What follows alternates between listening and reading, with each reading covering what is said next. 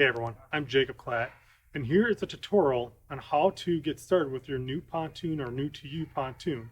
So stick with me, I'm going to show you all the nooks and crannies and get you started out on the lake.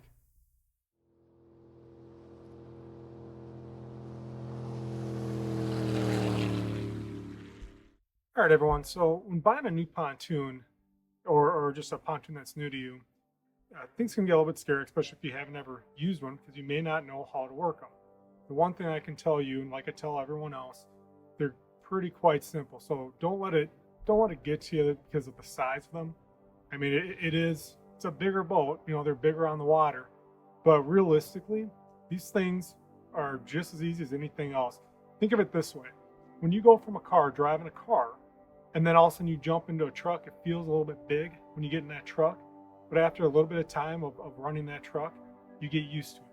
So again, don't let the size of these boats get you scared on operating them because they're really quite easy. There's really not a whole lot to them, okay? So first things first, when we're starting these most of the new ones, especially if you're buying a new pontoon right now, the pontoons typically are running some type of EFI 4-stroke motor, okay? Now there are some 2-stroke motors still being sold out there, but majority of all boats nowadays are pretty much running 4-stroke, be it a Yamaha, a Suzuki, Mercury, Honda, you name it. The 2-strokes out there are going to be the Evinrudes. So they might be a little bit different, but for the most part, it's all turnkey, okay? So when you want to start out your pontoon, okay, down on the bottom down here, you have a ignition key. And all you're going to do is reach down there and turn it, okay? Just like a vehicle, just like a car. Just turn that key and that should start that motor right up. Now, you want to make sure that your motor is in the water. There are some suctions on that motor that suck in the water, and that water is what cools down that outboard motor. So we want to make sure that that's in there before you start it, because otherwise you can burn out your motor. But there's no more choking when it's EFI motors. They're electric fuel injected. Just turn that key, and when you turn that key, it turns it right on, okay? The other thing you want to make sure is that your kill switch, so on your keychain, you have a kill switch. It's this little clip that goes into this kill switch. All right, that needs to be in. If that's pulled out, it will not start. So make sure that that kill switch is put in there. The other thing that you want to do is make sure that your ignition, or not your ignition, that your throttle is in neutral. If it's not in neutral, if you have it in forward or reverse, again, that motor is not going to start. So we want to make sure that it's in neutral, and that way you can start it. So with most pontoons, a lot of them may have a lot of different switches, a little bit different setups, okay? Here I'm sitting on a Bennington, one of the nicer pontoons out in the market. And these ones have all sorts of switches depending on what you're looking at, what you're going into. I'll go through a couple of these, but realistically, depending on what you get into, you're going to have to kind of figure those switches out, and it's kind of a trial and error. Maybe not what you want to hear, but again, there's only so many switches. It's pretty easy to go through. All right. So I'll go through this one on a Bennington. You can kind of understand what we have here. We also have a tilt and trim on most of your throttles. So if you look right here, I can tilt up and down on my trim. And that allows that motor to go up and down, go in the water and come out of the water. So on this one, I have a switch here. These are accessory switches. Anytime you have ACC, it stands for an accessory switch. You also have a toggle switch that is used for your nav lights or your anchor lights. Okay, so you can switch it up and down. The nav lights are going to be your red and green lights, along with your anchor light, which is on top. Okay? On the S series here of a Bennington pontoon, this one, we have our gas gauge, we have our RPM gauge, an hour meter, and then here's our trim gauge. Okay? Now motors have tilt and they have trim. All right? The tilt is what brings that motor all the way up. But as it's coming down and going into the water, it's going to hit another set, which is their trim. So the trim is using more force to push against the motor itself when it's propelling water behind you. All that force from that motor running needs a little bit extra force to push that motor out. And trimming that motor allows you to gain speed or lose speed.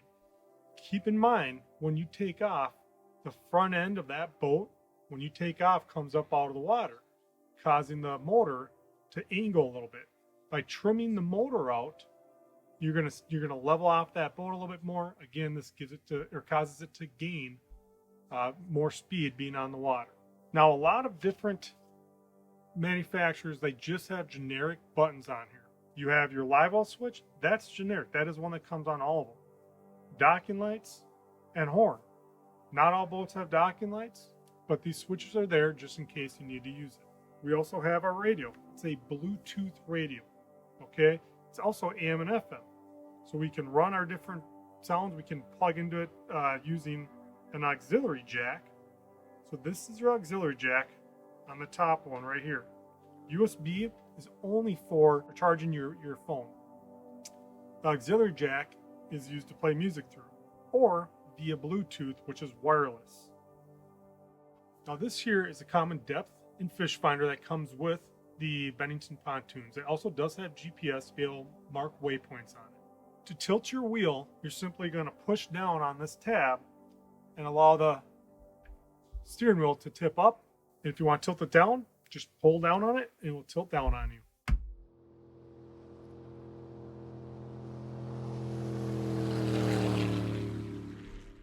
All right, so one nice thing about Bennington pontoons is that they have a nice quick release clip on here on their biminis that allows you to knock their bimini forward. There's no pins, there's no metal, nothing to scratch up your rail at all, and real easy. If you want to push it or put it up or down, all you're going to do is you're going to pop this out just like that, and that allows you to put it up and down. Now all I'll do is I'll go to the other side, pop that down, and bring the bimini down. Real easy to do, not much force. And again, all you're going to do is pull that right on there. It's a nice little clip. That's all you have to do to put this thing up and down. Bennington also has these nice little kickers right here. When you're traveling down the road, you can go ahead, stick this bimini right down on these kickers so it's not bouncing up and down on the back of your pontoon.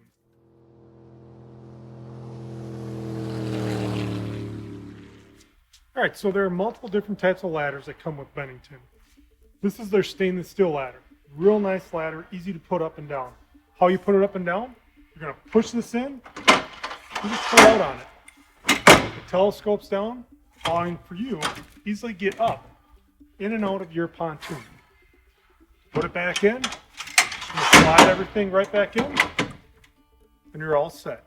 And here is another, what Bennington calls her platform ladder.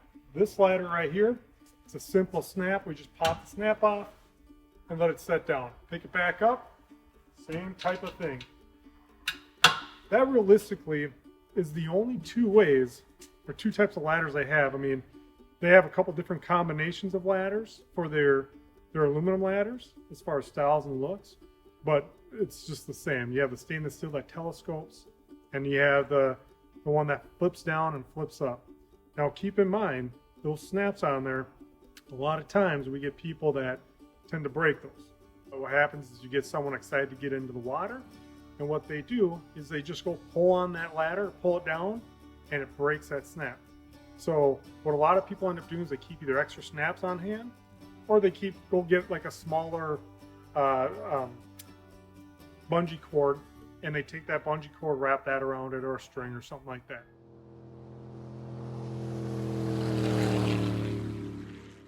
All right, everyone, so here we have our Yamaha 115 motor. Now, between this one and a 50 or a 70 or a 90, they're all very similar, pretty much the same, just engine size is bigger as you obviously go up into the bigger horsepower.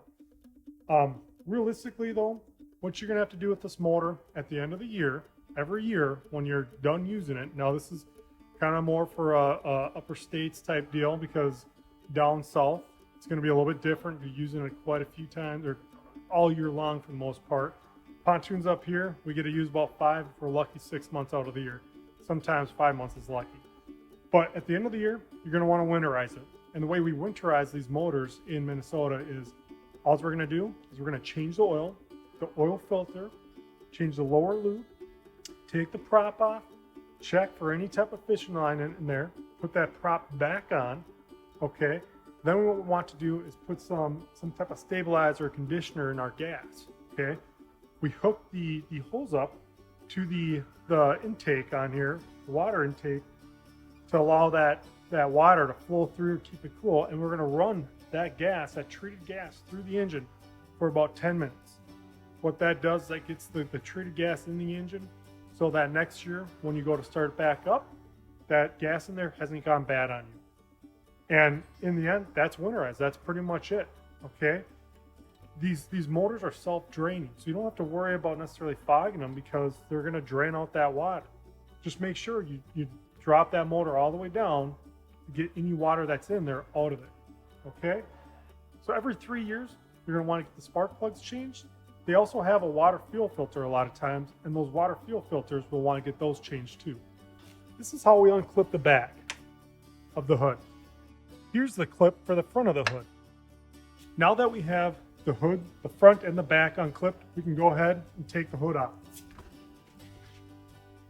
Take it off, put it somewhere that it's not going to tip over or get scratched on. After you're done doing all your oil changes and your lower lube and all that type of stuff, we can put everything back together and it's all done. It's winterized. Now, some people ask, well, how often should I, change the oil and that stuff on my boat? Yamaha recommends that you do it every 100 hours. So if you are using your Yamaha engines down in the southern states, every 100 hours, you want to change those. They also recommend if you're breaking in the motor, okay, so here comes your braking period. For the first 10 hours is how long it takes to break in that motor. The first hour, they say no more than half throttle, okay, or about 2,000 RPMs. You want to exercise that engine for that first hour and throughout the entire 10 hours of breaking in. Now, exercising, what do I mean by that? Think of it this way.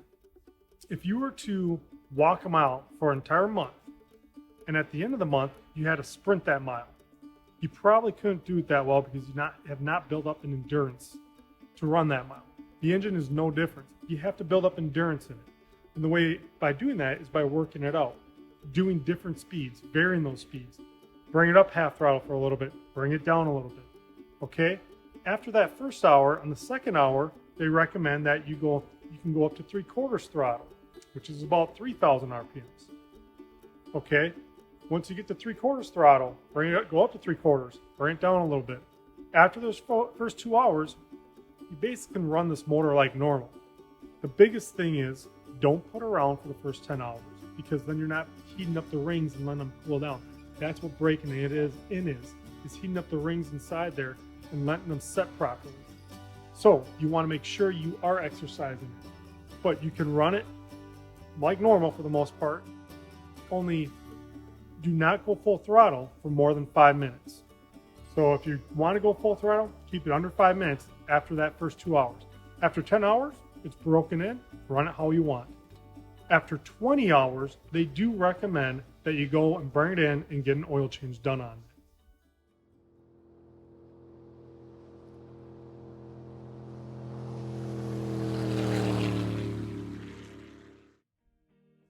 All right, guys. So with the Bennington pontoons, you do get you do have the option to add lighted cup holders, lighted speakers, or even toe kick lighting if it's something that you're ordering, or maybe you bought a boat out of stock that already has that on it. So it's a little bit of a two-step process in order to make these lights work, and they give you a switch and a little knob that is able to turn and press in. I'll kind of go through this with you so you understand on how to actually work this. So number one, what you're going to want to do is you're going to want to switch the mood light on.